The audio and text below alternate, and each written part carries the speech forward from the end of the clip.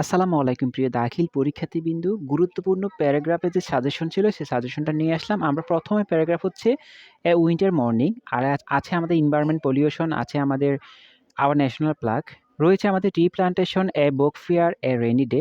একটা গুরুত্বপূর্ণ কথা বলে রাখি, আমরা প্যারাগ্রাফের জন্য তোমাদেরকে এমন একটি ফরম্যাট দিচ্ছি, আমাদের ভিডিও শেষে আছে, উত্তরগুলো আমরা দিয়ে দিয়েছি। অবশ্যই ভিডিওটি সম্পূর্ণ দেখো। এই যে গুরুত্বপূর্ণ প্যারাগ্রাফগুলো আছে, এই প্যারাগ্রাফগুলোর উত্তর আমরা ভিডিওতে দেওয়া আছে দেখো।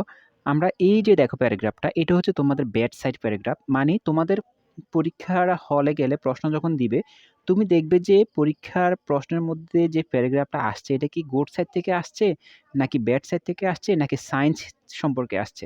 এই ৩ টা থেকে যেকোনো একটা মাধ্যম তো হবেই। তো যদি দেখো যে তোমার ব্যাড সাইড থেকে আসছে, তাহলে তুমি এই যে প্যারাগ্রাফটা আছে, অবশ্যই এই প্যারাগ্রাফটা ভালো করে শিখে নাও। এটা তোমরা ওই প্যারাগ্রাফটার মধ্যে দিয়ে দিবে।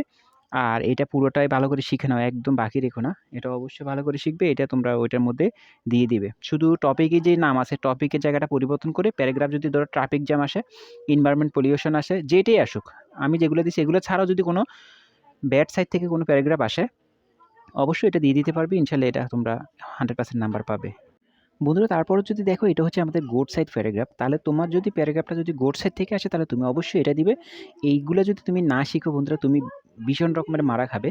আর তবে তোমাদেরকে একটা কথা বলে রাখি, এই যে প্যারাগ্রাফগুলো আছে, এই প্যারাগ্রাফ গোড সাইড, ব্যাড সাইড এবং সায়েন্স, এই ৩টা সম্পর্কে তুমি যদি ভালো করে জানো, তাহলে তোমার কম্পোজিশনের মধ্যে যদি তোমার কম্পোজিশন আসে, তাহলে তুমি এগুলোকে ছোট, ছোট ৩ লাইন করে একটা করে প্যারা বানাবে। ৩ লাইন, ৩.৫ লাইন করে একটা করে প্যারা বানাবে। তাহলে এই যে প্যারাগ্রাফগুলো আছে, এইগুলো দিয়ে তুমি তোমার কি করতে পারো, তুমি কম্পোজিশন দিয়ে আসতে পারো। তোমার যদি কোনো ইমেইল আসে, তাহলে এই গুড সাইড, ব্যাড সাইড দিয়ে তুমি তোমার ইমেইলটাকেও কিন্তু সাজিয়ে সুন্দর করে লিখতে পারো একটা ফরম্যাট দিয়ে।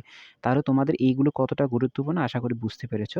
তবে এগুলো তোমরা কেউ বাকি রাখবে না, বারবার বলতেছি।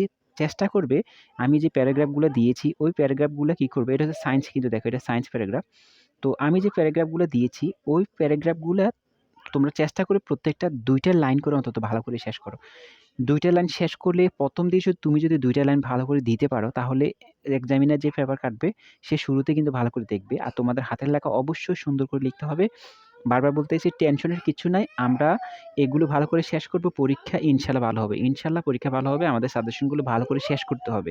যারা ইংরেজিতে অলরেডি খারাপ করে আসছো, তোমরা ইংরেজি ২য় পত্র কেউ খারাপ করো না। ইনশাআল্লাহ এগুলো যদি পড়ে যাও, তোমরা সব কমন পাবে। চ্যানেলটিকে সাবস্ক্রাইব করে রাখো, ভিডিওতে একটা লাইক করো। তোমার মূল্যবান কোনো মতামত থাকলে অবশ্যই কমেন্ট করে জানাতে পারো। ইনশাআল্লাহ কমেন্টে রিপ্লাই দেওয়ার চেষ্টা করব। পড়াশোনা করো।